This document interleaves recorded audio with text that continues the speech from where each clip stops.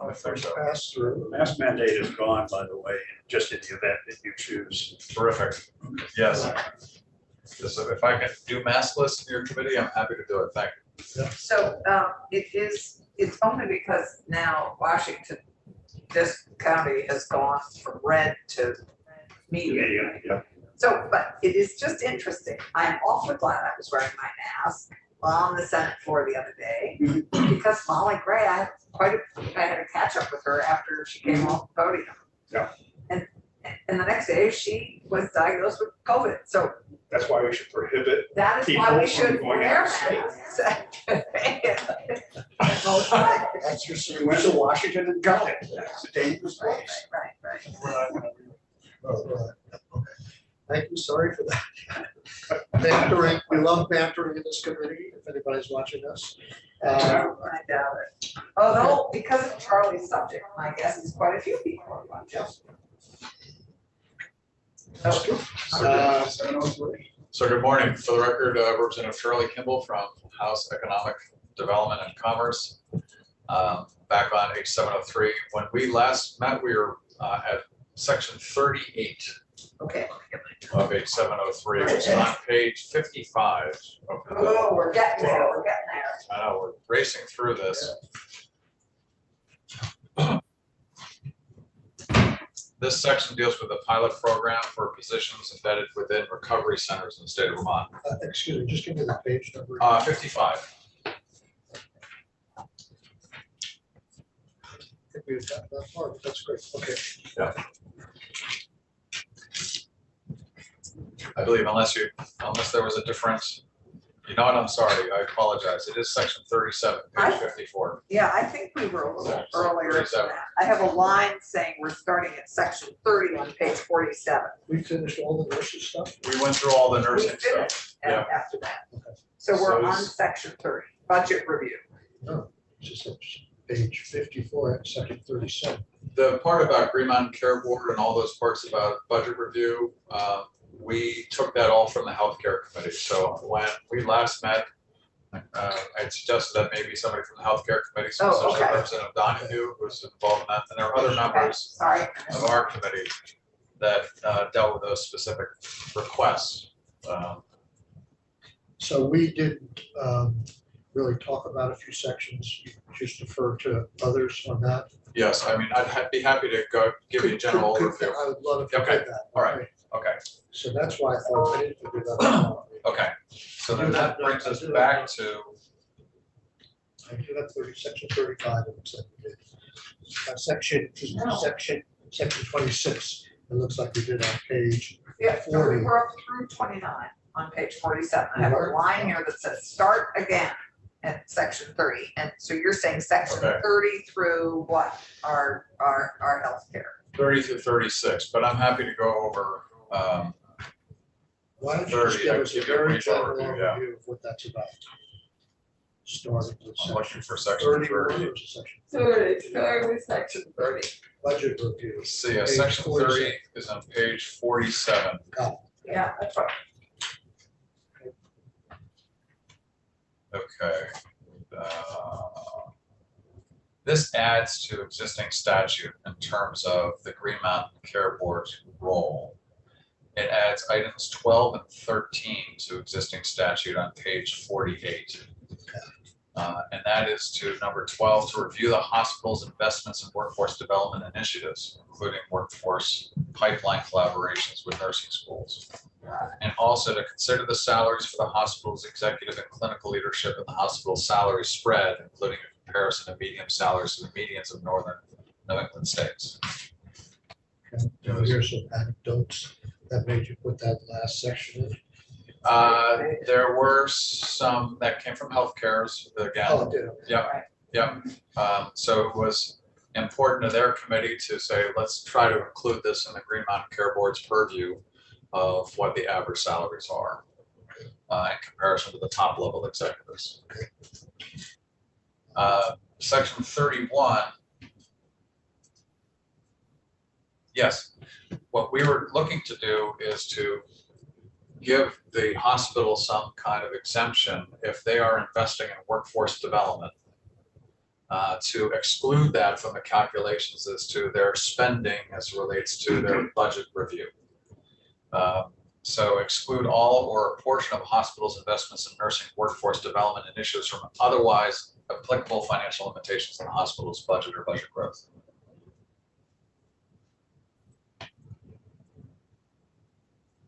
This also came from the health. It did. Yeah. Next, section 30. That's like a non-taxable expense.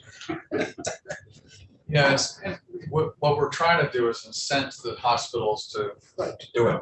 Makes sense, yeah. The next section has to deal with building the data available, building the data to guide the Green Mountain Care Board to make decisions on the hiring or inform them on the hiring needs of the healthcare network over time. So this is $1 million appropriation. Originally, we had looked at this going to a different office. At one point, it was to the Vermont Department of Labor, but this is to the Agency of Human Services, specifically the Office of the Healthcare Reform. And this is to build the data available.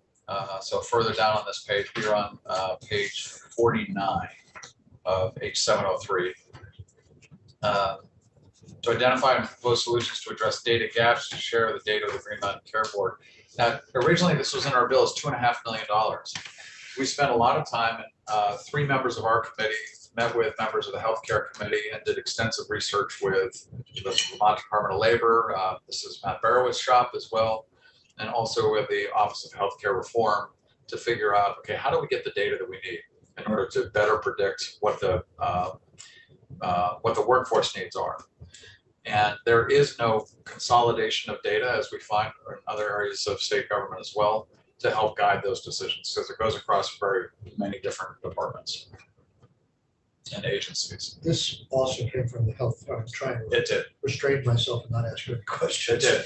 It came from our healthcare committee. So I assume this is there an assumption that there's going to be a consultant's contract to do this, or is healthcare reform going to start collecting this data themselves? Yeah, the Office of Healthcare Reform cannot perform this work on its own. So the idea would be to award it to another either agency or to a contractor. This does create a new position. 50 subsection. Healthcare workforce data center is created. Yes. In charge of the contract. Right, exactly. Do you have any thoughts? I will ask a question on page 51E. They include proposals for additional funding. Where are they including those proposals? They would do it in the next budget request, so not this budget I request. didn't read on. Yeah. Thank you. It was unclear as to how much money it would actually take. So the initial estimate that we got from folks was $2.5 million. Jeez. So our appropriations committee came back and said, that's too much money. So let's reduce it to $1 million and then allow for the likelihood that somebody will come back once they know the exact cost and ask for additional money going forward. The Office of Professional Regulation, barriers to mental health. This does direct the Office of Professional Regulation to look at that particular area in terms of licensing to see if there's anything that can be done to lower or make it easier to get obtain licenses. As you know, OPR last year did ease requirements for licensing in the face of the pandemic to allow more people to enter the workforce and meet the immediate workforce needs. Right. But this is just limited to healthcare It is. and mental health. So I mean, it's a ask of low-hanging, to me, a low-hanging fruit ask for all licensure. It is, and again, this came from our healthcare committee that felt it was really important to do this particular work.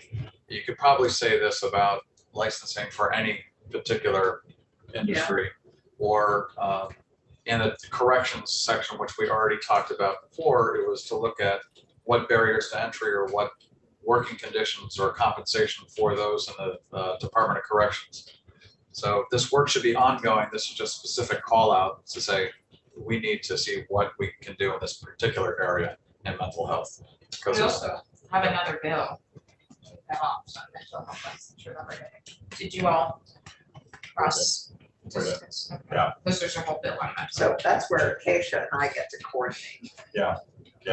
so you get to, and This seems benign, but I don't know how it relates to the other bill. Is this also from the healthcare company? yes, it is. Yeah, Yeah, they didn't, OPR didn't ask for any money to do this? No, no, and speaking with the director of OPR, they do this on a regular basis. Okay. Anyway, to try to reduce the barriers to licensure, but this specifically calls it out because of the crisis in mental health. The next section 34, which is on page 51, does create this one classified 3-year limited service healthcare workforce coordinator position to help administer all of the different programs we've talked about above in terms of the forgivable loans and the loan repayment, to make sure that all those things actually happen. Alright. Sorry, can you remind me in the nurse workforce section who you heard from? Oh, boy. You heard from nurses and nurse educators. The healthcare committee took most of that testimony, so we don't have that list of who they had received testimony from. We did hear from VSAC in particular in terms of administering the program. Some of our committee members did speak with multiple members of the healthcare committee and nursing schools. Yes, and also some people at Rutland Regional Hospital. Healthcare committee did receive testimony from Central Vermont Hospital. We talked to people at CCB, Norwich University, nursing program, UVM nursing program. In terms of discussions with nurses in particular, we did have some testimony in our committee from Mari Cordes, who is a practicing nurse. So, yeah. I mean, for that whole section, I just want to double check that this is the investment that nurses and nurse educators feel like should be made, frankly, because the situation is deeply dire. You have nurses saying there might be only one person on a floor or on a shift who can do a particular procedure, and we are in a dangerous situation. And I just feel like I don't want to rearrange deck chairs on the Titanic in this section. I'd really like to know from nurses that this meets immediate and urgent needs. well, we have your whole witness list, so. Yeah, I mean, my witness list, I'm just looking through it right now in terms of who we heard from at the community college, but it's mostly all educators that are in that field. So it does not include what the healthcare committee might have heard from. So, yeah. We'll get it both. Representative Kimball, this is not a trick question. We're just trying to see if you know any more than I know. Looking at page 52, Yes, the fiscal year 23, 170,000. yes, We're obviously going to engage in some negotiations as we go forward on how to reconcile this bill and the other bill, and I'm sure we're all not going to get what we want, but there's a number of instances in our bill and your bill where we appropriated money in FY23 for a multi-year purpose. Is it your understanding that the Appropriations Committee is insisting that we look at all that money as being part of the FY23 budget, even though we know it's not going to be spent in FY23, it's going to be spent over a multi-year period? in some cases, yes, in other cases, no. So I don't mean to be coy, but with this $170,000 but it's a 3-year limited service position, so there has to be an additional appropriation the next year. However, in one of the earlier scholarships. Stop right there. Yep. I viewed it as the other way, that it didn't have to be reappropriated 170,000 for the next 2 years. So the way that I think this particular section is written is for the 170,000 just for fiscal year 23. That's what it says. Right, and then in additional and following years and out years, then there would have to be an additional appropriation in those fiscal years. So it's our understanding. That's different, like the Yeah. Better Places grant. Remember Yes. that, you put $5 million and it had to be, it looks like it had to be spent in this current year, and it makes it harder for us to do things. No, you're right. So we have $3 million earlier in the bill, which is for an incentive for those nurse faculty members. And I say that carefully because we used nurse educators for a long time in our discussions. And it came back to saying, that doesn't mean anything in the nursing community. It has to be nurse faculty. So for nurse faculty, to provide them with an incentive to stay on their position, there's $3 million in there, $1 million for 2023, 2024, 2025. And what did the Appropriations Committee in the House, how did they treat that? As all in 23? All in 23. That makes it Yes. harder for us. However, I believe that is because the money for that particular program is coming out of ARPA. It's not general fund commitments year over year. ARPA may be easier, but we're still up against targets from our appropriation committee with ARPA. So we have an art bill, for instance, we have that marketing retention, a new program that marketing, I don't know if you've gotten to it yet, or heard about Heather Pelham's. The $8.4 million original Yeah, request. we cut it down a Yeah. little bit, but it's the same thing. I said, I don't want to be hit for that $4 million when we know half of that is going to be spent in FY '24. Yeah. Why can't we do it, just a smaller amount in FY '23? And I still don't have a clear answer to that. Yeah, and I think it's a philosophy between our appropriations committee and what your I appropriations think it committee is. But Charlie, it does say a general fund, it doesn't say ARPA. It says 170 is appropriated from the general fund. Yes, that's why I was only referring to the earlier section Okay. where it was $3 million Which are ARPA. from ARPA funds for those scholarships. faculty. Yeah, right, for the nurse faculty. So Got it. there's a mix of philosophies throughout this bill based on the source of funding. Got it. Yeah, I don't know, maybe to give us a little bit more room, maybe in those instances, we just appropriate for 1 year and put in a text section for the next year. Instead of putting the whole thing in FY '23 and assuming there's going to be a carry forward. I don't know which is more transparent and honest, quite frankly. Yeah, that's a good question. I know the appropriations committee was feeling like they liked the way that they came up with it, so. Okay, so we're on to 35. Right, so 35 really ties into the earlier section. We're talking about putting $1 million into AHS to develop the data. This is to do the data modeling. So with the Department of Labor in collaboration with the Vermont Care Board, explore and recommend. So funding amounts to establish and maintain the capacity to perform, healthcare modeling. I just lost my page, I apologize. So this is just a request that they tell you how much it's going to cost. It doesn't tell them to do it, or do they do it? Yeah, there's no money tied into the section, so it really provides some direction as to how to use the data that we've actually called for and earlier in the bill.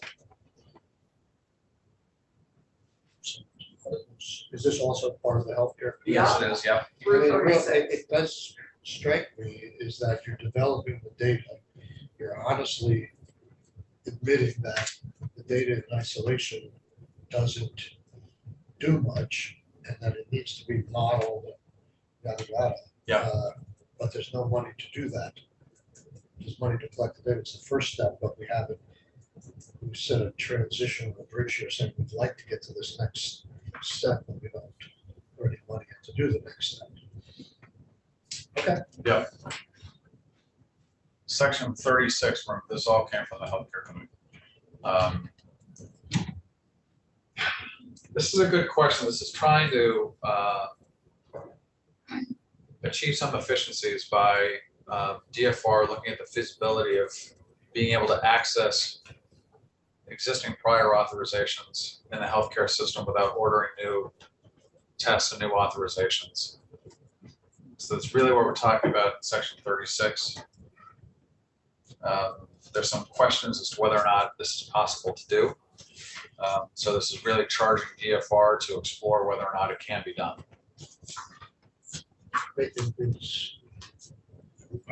not sure I fully understand it, but it seems like there's always been some questions of how much value prior authorizations provide.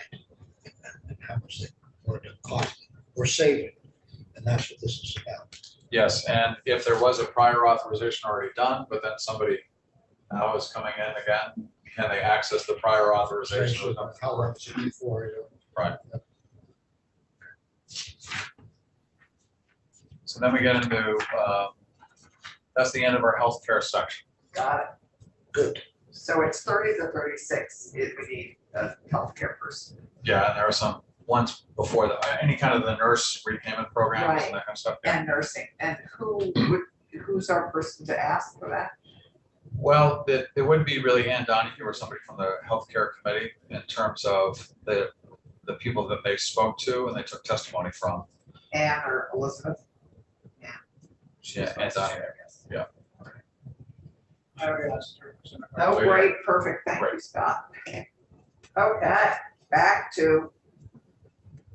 Section 37, student loan repayment assistance. So this modifies an existing program that we set up for early childhood educators.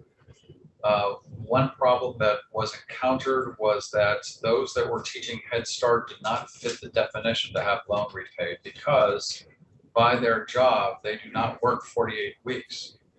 And whereas a teacher may qualify, even though their academic year is shorter, Vermont Head Start teachers do not. So that's where there's a special carve out on page 54 and item 2A down below. So except that this minimum time requirement does not apply to an employee of the Vermont Head Start to the extent it conflicts with any law or contract provision governing the terms of employment. So that's a specific fix to what exists already for loan repayment.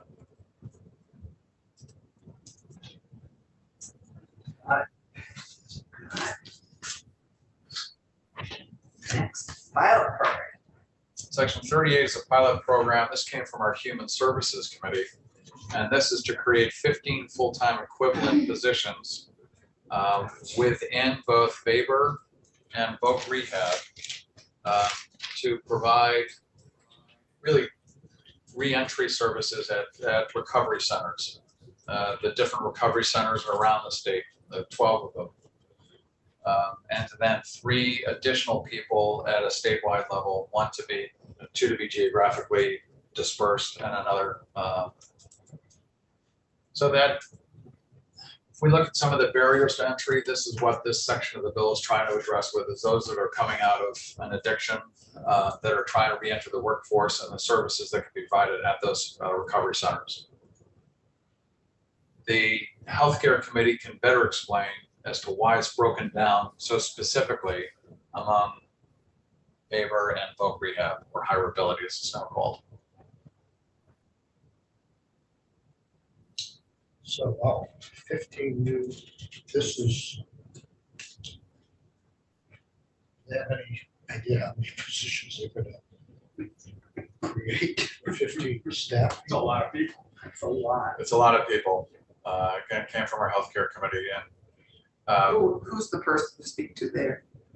Dane Whitman Oh, I just met him this morning. is the representative from Bennington, and very knowledgeable on the subject. The person on our committee who's not in today is Logan Nicole, who previously served on the Human Services Committee. Okay, so obviously you're not the person to fully ask, but I just wonder, the size of the population we're dealing with here, how many, I assume because they're embedded within the recovery. Is this like Turning Point? Or Yes. Howard, it's not Howard, it's Turning Point. So, Well, right, you've got Kingdom Recovery, Genesis Promise, Johnson Journey to Recovery in Newport, Turning Point Center, which runs programs at Bennington, Barry, Enosburg, White River Junction, Springfield, Rutland, Brattleboro, Burlington. And then there are others. I'm not sure if North Center Vermont Recovery Center is part of it and whether Howard Center is part of it. But there are 12 recovery centers across the state. Yes, yes. So, and So thinking just- about, I specifically who they are and where they are. We'll have to ask them in a very impressive Turning Point. But I don't get the sense that they have, hundreds and hundreds of people they're working with. They're probably the biggest one in the state. And I just wonder what their money right now, that their staff right now.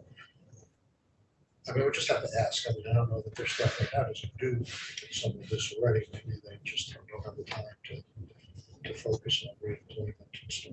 Well, it was interesting. Yesterday, our committee went up to St. Albans and we were talking to people in workforce development, and they said there are 4 major obstacles for people to enter the workforce. I'm like, okay, so I guess what they were, I missed one. So they said it's childcare, housing, addiction, and yeah. transportation. Yeah. And okay. What was your I point? hope you didn't miss addiction, because you were in addiction center, right? No, we weren't in Oh, addiction No, center. they were okay. a CTE So, center. okay. At the time, we were standing in the cavern of the Ever-Ready factory in St. Albans, where data technologies may be relocating, depending on if they can work out some of the space requirements. But So what was your 4th, Charlie? well, I was broadband. Yeah. You know, and where is Well, that's broadband? another. So it's all of those connected, but certainly in terms of the folks to whom we were speaking, it was definitely It addiction. was housing, it was childcare, housing, and addiction and transportation. Transportation. Yeah. Yes, I'm sorry. I wonder, I mean, so I really appreciate that a lot of times new programs and projects don't make it into Southern Vermont in the same way that they exist in Northern Vermont. And I believe, I don't know this to be true, but I believe Working Fields is still, increasing its reach. Yep. They are trying to provide housing and transportation and coaching for addiction. I don't know about the childcare piece, but I think they still involve themselves with folks. So new people who can help navigate but still aren't actually creating the housing and transportation, which Working Fields is doing. I still question the value of a position that's supposed to be trying to find you housing or transportation that doesn't exist versus a program that said, those things don't exist, we're gonna provide the housing and transportation. You need both, right? I mean, you need to have those folks at the recovery centers, but your point's well taken. In the sense They that- also do recovery coaching and Working right. Fields, so. Yeah. So I can't remember. That's an excellent point. That's why housing is so important. I think we raised that same point with corrections. Is there something in this bill about work? I know I'm talking to the public, and probably dangerous to say, but these are the populations that we're missing, that we can get into the workforce, and they want to work, but they don't have the necessary support services or housing or daycare. Is there something in the bill dealing with the corrections population? We have a small piece, well, $720,000 in there, which is $420 for improving opportunities for those who are currently incarcerated. And we talked about that. Yeah. earlier, right? Okay. To gain some skills, and the other is $300,000 for a 3-year pilot program for the women's correctional facility in South Burlington. Now, does that pilot program or the other money, does that put additional staff? Is that the idea, to put additional staff to help these people out? Actually, the $300,000, the intended grantee for that is Vermont Works for Women, who has the staff in order to do it. Now, I'm not sure if they would need to hire folks to help those run that program, probably. And then the $420,000, that is with 150 of that going to both curriculum development and instruction, but 300,000 of it, or 320 of it, I'm getting the wrong numbers, 270 of it, going to the purchase of equipment to rehabilitate some of the facilities in order to teach inside of those facilities. So that's more, so Rob's talking about the ladders, develop the thing they need, as opposed to, a navigator or a helper to get them into it. So I mean, like, if we took this money, instead of doing 15 positions, created 15 apartments, Right. That's the tension, I guess. You're gonna have 15 new people who have a 2-year position saying, I'm struggling to find this person housing and transportation. Yeah, and there are other programs that we were looking at. Is what is Folk Rehab doing? What are Creative Workforce Solutions doing around transportation as well? And so they're doing a lot of great work. So this doesn't mean with this particular section of the bill to try to solve all these issues. But if you gave $75,000 to a recovery center, they might not say what they need is this position. They might say what they need is to pay someone to drive a van to get people to work. And that where there would be better testimony from Dan Whitman as to specifically how they envisioned using this money specifically in those recovery centers. Right. Because your point's well taken in the sense that I can't answer your question. Absolutely. Dan can. So let me ask you, it's a loaded question, I'll preface it by that. In all your experience with workforce capacity, do you think the administrative structure is insufficiently funded, or the actual products that folks need to get them into a job is, because this seems to be more the former, put more administration in there. And I mean, I agree, I tend to agree with Senator Rob, that we're gonna hire all these people and then they're gonna say, oh, I'm looking, but there's no housing available for these people. Yeah, I mean, Which, you can't get away from the fundamentals of trying to provide somebody with housing, transportation, childcare in order to get those people back into the workforce. You can't get away from those. But those that face addiction, they have that separate set of challenges and barriers. So what we're trying to do in this bill is trying to address that particular barrier. So, because I mean, I might be, and obviously we're the first time we're looking at this, but it may be appropriate to do carve outs, to put more money in and say, carve out in terms of your housing, a certain percentage of people should be serviced that are in the correction system, that are in the recovery system, and make sure they get some sort of priority funding. It's a challenge. Yeah, so we didn't take up in this bill looking at the housing for formerly incarcerated individuals. We have dealt with that in the past, but there still is certainly a need for more either congregate or individual housing once someone gets released.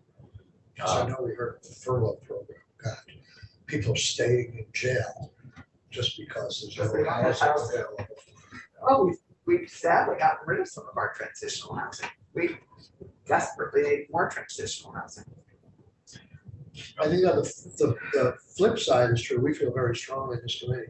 It's not your issue. We're trying to develop accessory dwelling units. Mhm. We think there's a real need for hand holding and support services to help Absolutely. people go through the process. It's not that the housing isn't there to convert. It's Right. just getting people to Yep. understand the process. Absolutely. So we're, Well, if you didn't like this section, that section, you're gonna love the next one. I love your frankness. Section 39 on page 56. But I'm sure it didn't come from your committee.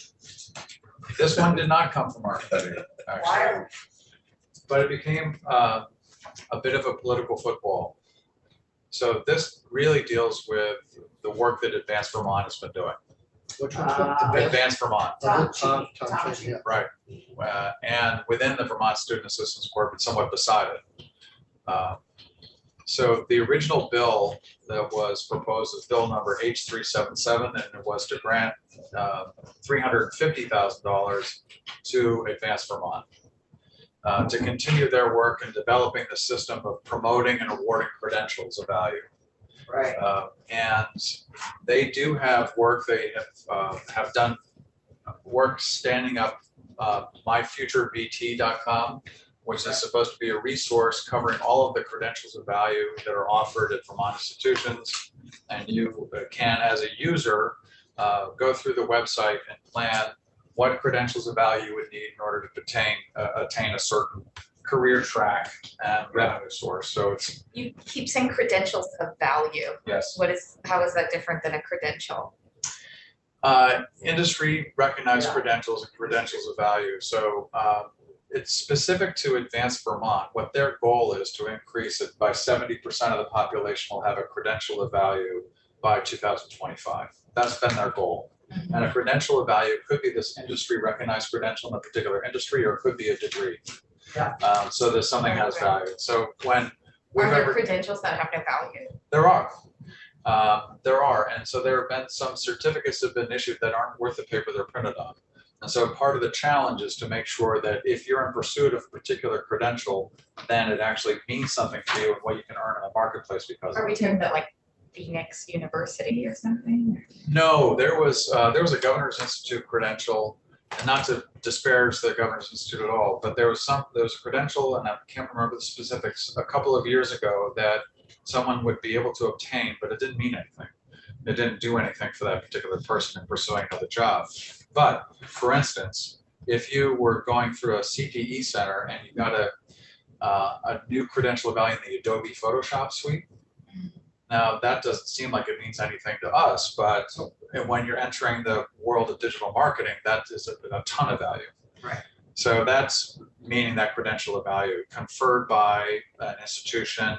It could be that was conferred by CTE, but through Adobe. So it's a strange, so making sure that it's a credential of value, so it means something. We often talk about stackable credentials Right. and how one leads to the next. Is that defined in here? We've used it actually in statute in workforce development for a while. Okay, I'd like to see that. I mean, I have a master's in public administration That's a from the Kennedy credential School. value. I don't know that it's a credential of value, frankly. I enjoyed the experience and it made me a better person, but But you have to say yes. this is the eye of the beholder here. Right. It is, but it is, but we have used it pretty much to differentiate credentials, which are worthless and industry I recognized. just don't know credentials. who makes the determination. I am not clear on. I think actually the industry does. Well, I know Sarah Buxton used the term a lot the other day. Right. But I Yeah. agree, there should be a definition somewhere. Nobody issues a certificate that says worthless on it. No, nobody It goes does. back into ROI. Right. So, And, yeah. yeah, and oftentimes it is just an IRC, an industry recognized As a credential, credential, right. instead of Okay. credential of value. So we, I think, I don't like the value word. I think that's inappropriate for policy. I think industry recognized seems, It has, however, been used now for quite a while, so let's figure it out. And I would change that. yeah, it's something There's we, a lot of words coming up in the next 2 pages of what this $150,000 contract is intended to do. well, it's down from where it began, down right? from 350. So It began at 350. here, Sorry. I'll give you the backstory. So Advanced Vermont really wants to provide this whole system that catalogs all the credentials of value, industry recognized credentials that are in existence and available to students in Vermont and what kind of path it leads to. So Advanced Vermont has really dedicated itself to doing that. The Department of Labor also has a similar charge. Right. And is working to establish that system that keeps track of all the credentials and who offers them, where they're offered, and that kind of thing. So they are standing up a new computer system, Right. as Sarah Buxton will tell you, through the jobs and yes, I can't remember the name of it for a minute, but anyway. And they've just issued an RFP to get the system up and running, but they're 18 to 24 months out. Some of what Advanced Vermont had originally asked for and had been proposed in H377 gave them authority that had been conferred to the Agency of Education or the State Workforce Development Board. And so there was a lot of pushback from the Agency of Education and also from the Department of Labor saying, no, we can't delegate our authority to Advanced Vermont. We need to do that work ourselves. Like, okay, that's cool. But in the meantime, they recognize that Advanced Vermont is doing a lot of great work and providing this system to catalog the credentials of value, the credentials, industry recognized credentials, that are being offered through existing institutions.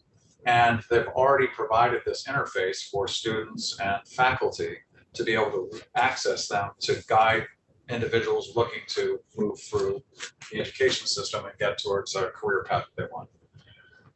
So we asked Advanced Vermont, the Agency of Education, and the Department of Labor to go work out a compromise. This is the compromise. So we're removed from Advanced Vermont those duties that were otherwise really fulfilled by the Department of Labor and also Agency of Education. And what do they, with this reduced amount, what are they feeling they can accomplish with that? Well, I'm probably gonna ask you for the full amount. So, Yeah, so have they reset their expectations? what is contemplated in here is significantly less than they had contemplated before, but they're still of the opinion that they would like to see their full request in order to even do this amount of work. So at 150, are they going to be able to carry this out? They've said, we think so. So you might want to hear from Tom Cheney. Okay, we definitely need to hear from Tom and from Sarah. Yeah. Charlie, So how- this envisions the performance-based contract going to advance from. Yes, VSAC, and then to be Oh, regraded. okay. Yeah. Advance Vermont is a subcontractor of VSAC? Yes. Yes, it's an interwoven organization. I don't want to say they're a subsidiary of VSAC because I don't think they are. It's a 501c3 that has they're funded in part by VSAC, but not entirely. They're set up by VSAC. They're housed at VSAC, so it's definitely a horse in the stable, but it's not necessarily. Okay, well, it's a lot of charges here. Yep. Reports. Yeah, and I think it was 2018 in our workforce development bill, we had added that aspirational section that by 2025, 70% of Vermonters will have attained a credential evaluation. Right, exactly. So, does this work out how DOL and AOE will interact with advanced? Subsection 7, See? 7 and 8 mention those two agencies. So 7 Yeah, on page 58. Yeah. Okay, so this is how they envision working Yeah. together. There was also a question of the sharing of data. Yes. And there was data that the Agency of Education has and data that the Department of Labor has. And both the Agency of Education and the Department of Labor said they would have to go through extensive work just to pull the data being requested by Advance Vermont. So if they were going to pull all the data, why didn't they just do it themselves? Good point. But Advance Vermont came back and said, no, we don't need access to all that data. So it was just shaved down to what was really doable without a burden of work on Agency of Education and DOL.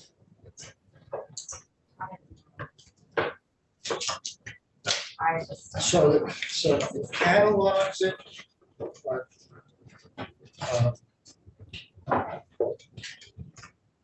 increase public awareness of the value of post-secondary education.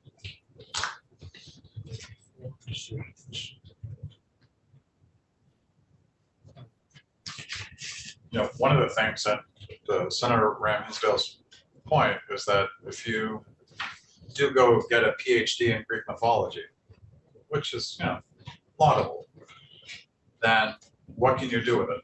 You can become pro tem of the Senate. But you could do all sorts of things. Right. No, I was like, just like. No, but I mean, it's, It's just like glorified guidance counselors. It's helping students navigate as to what they could earn in some respects based on the credential that they're obtaining. But you say students, don't the institutions already have people helping sell their value of their program and where they can go? Like, I'm sure this is a terrible example. We had Middlebury College, and it sounds like they have more resources than you could possibly imagine as to where people That can was go great next, testimony, yes. and set them up. And Yeah. doesn't VTC and CCV already have people in-house that are helping? Think lower, Okay. think high school. Think someone who has graduated from high school and then is looking at what can I do now. So it's really trying to make it available to parents and also to students. right. And oftentimes, the folks that are providing that guidance to students at that secondary level don't have a resource such as this. It is now available to them. So Tom Cheney will make the argument to you that that system does not exist now, that oftentimes it's not transparent and that you don't know where to look, where to turn. So if you want to obtain a degree in Adobe Photoshop or the Adobe Suite, what does that mean? Is that going to do me anything? So that's. And what kind of jobs are available if I do that? I think that's what. Yeah. And the other thing is, I guess my question is, how does this coordinate with adult CTE and adult education? It certainly makes it available to them, right? So to anybody that's looking to further their credentials in order to obtain a better job. So it's not necessarily a college student we're talking about. So we'll have Tom Cheney, and obviously Yep. that'll be important, but is it a vision that Tom Cheney or whoever else is in the shop will have hands-on connection with students, or will Yep. this be a resource to this, to the CTEs and stuff? Hands-on connection. VSAC has a number of officers throughout the state as well that work with students who are trying to figure out where to go. And this is a tool that they use as well. So he can speak more directly to it, but it is, they created this because there was an absence of the collection of this data. There's an organization called Credential Engine as well. It's on a national basis and it lists a lot of credentials, but it doesn't necessarily pertain to what's available in Vermont. So it's. You're hard to evaluate in terms of results. You'll have the results of, did they create the engine, did they create a document, did they, but it's like building a house. You can measure how many nails you put in it, but you can't tell whether the house is good, whether the kitchen works. And I wonder here, how do we evaluate whether or not this was worth the effort and the money and the time? Oh. Just difficult putting your hands on it. Yeah. Well, we'll hear from Tom Cheney, in all fairness. I think It is a long tail, but you're right. it is. How many people used it? Did they get a job in that field afterwards? Okay, we have 10 more minutes. All right. Hopefully, we can always come back. but- Oh, the next part won't take any time. Okay. Page 59 is the Vermont Serve, Learn, and Earn program. I think you're familiar with this program. It was set up last year. $1.8 million that was provided to this. This is a consortium. It's a partnership really between 4 nonprofit organizations that have been in existence for a long time. It's Vermont Youth Conservation Corps, Resource, Vermont Works for Women, and Vermont Audubon, or Audubon of Vermont. And so they provide a mix of different workforce training and project-based work experiences. Resource, as you know, provides construction and weatherization intensives. So individuals who work in those intensives come out with a certificate. They're usually 6 weeks, I believe. Vermont Youth Conservation Corps has significant number of leaders and crew members who are working both on projects of importance throughout the state and also working and paying people a pretty decent wage. Vermont Works for Women has a variety of programs. This money will help them expand those programs around the state. And some of them are getting women into non-traditional careers or re-enter the workforce. And then the Audubon Society has a docent program where putting people into work experiences also in environmental areas. So it's about education more. So this is a fairly new partnership in the sense that it's only been in existence for a year or two, but it is long-standing organizations that are really bringing their resources together to help propel them to serve more people. So what's the fourth one? It's Audubon, Vermont Works for Women, BYCC, and Resource. Resource had a different name, and I'm going to forget it. It's Tom Longstreth is the person who is the face of Resource. They run a number of programs throughout the state. They just finished one up in St. Albans, as a matter of fact. They have smaller classes, like 4 to 6 people.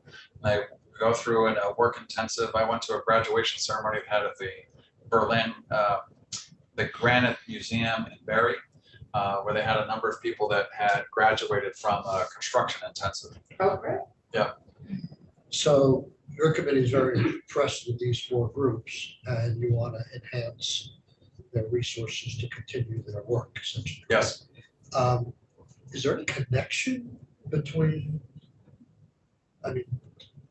how do you get into this program, the Vermont Serve, Learn, and Earn program? And is there any connection between the 4 groups? They all have different particular reaches into the community. Right. But for instance, the Resource, they work a lot with community action agencies and folks that are looking for the next job and the next way to Right. re-enter. A workforce, Vermont Youth Conservation works with schools, works with continuing career and technical education centers as well. Okay. And they give certifications in addition to that. Vermont Works for Women does a different outreach program, Right. and so does Audubon. So they're just disparate programs working together, and they're looking at sharing some administrative responsibilities going forward and trying to get some economies of scale. But So I'll admit I'm not all that familiar with VSLEP, but is that defined anywhere in statute? No. Could another group come No. along and say, I want to be part of this and share this money? yes, it's not defined anywhere in statute. It's Who really decides who's in and who's out? Forest Park. it's this partnership, yeah. So it is because Vermont Youth Conservation Corps has had that 20-year relationship Right. with Forest Parks and Rec. That's where they went through this program last year. So the other 3 organizations joined with Vermont Youth Conservation Corps to try to leverage what they either had in state financing, but also some of the same populations that they were servicing, different projects throughout the state. So if I were to ask you or anybody, can you give me some information on what Vermont Serve, Learn, and Earn program is? Where would I find it? They do have a website. Okay. That's a start. And Breck Knopf from Yeah, right. Vermont. No, that's the one group I think we're really, I'm familiar with. I wasn't familiar. But that the much with umbrella that. is the Parks and Forest Parks and Rec, which administer it, so I would suggest we get Michael Snyder in to talk about it, or whoever. Mike could be good. He's definitely an advocate for it. Breck and his partners Right. also can speak directly to what they do individually. We received significant information from them as to the specific budget and where they're going to spend money, who spends money. The request was originally for $12 million Yeah, for 3 years. Huge. We then broke it down as to what do you need in 2023, and their estimate was for $3.1 million. Okay.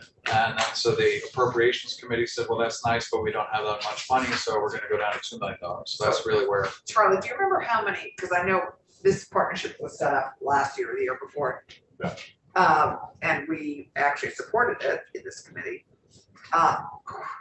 Do we know how many people they've served and how many jobs that they've funneled people into? Because the heavily outdoor rec forest products industry, I mean, this is a sort of non-traditional but very important jobs that people are being developed, that are being trained and hopefully taken these jobs.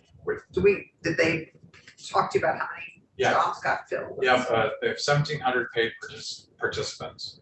And how many jobs were, Well, that would be 1,700. oh, So they're paying people, yeah. got it. Yeah. So 1,700 people and jobs. This is probably a good place to stop. We have the first floor. We may or may not have you back depending upon who can fill in on the rest. Yeah, But, finish, are you kidding? but there's some stuff here. No, but I mean, we have. Well, Mr. Chair, No, I don't mean that. the next section, for instance, is adult educational literacy. There's no money in it for that, but it just restates that we think adult educational literacy programs are very important. They serve a population that needs to have additional assistance. Right. There is a request in our budget for $700,000 for that. They're a little orphaned, I feel like. Yeah. I thought you said there was no money. Where's the 700,000? It's not in this bill. It's in the budget. Okay. So we Thank you, and Charlie. we start, we finish at another day. 42. Hey, we're getting there. We're getting there. Thank Is you. there would there be any objection on that last section to somehow codify the program somewhere? The adult educational learning or? No, the serve to learn, This- whatever. The Vermont Serve Learn. It's kind of weird to get $2 million out for a program that doesn't exist anywhere. It exists in, There's probably, it's not that there's a lack of precedent Sure. for that. So it's interesting that Vermont Youth Conservation Corps already has a number of contracts with Forest Parks and Recreation, Yeah. separate from this $2 million. We've been very supportive. Yeah, and with so, AOE. yeah, so there's a number of folks that from state government financing, that there's already contracts being let out that you wouldn't, that aren't statute, but I understand you're saying this $2 million into what,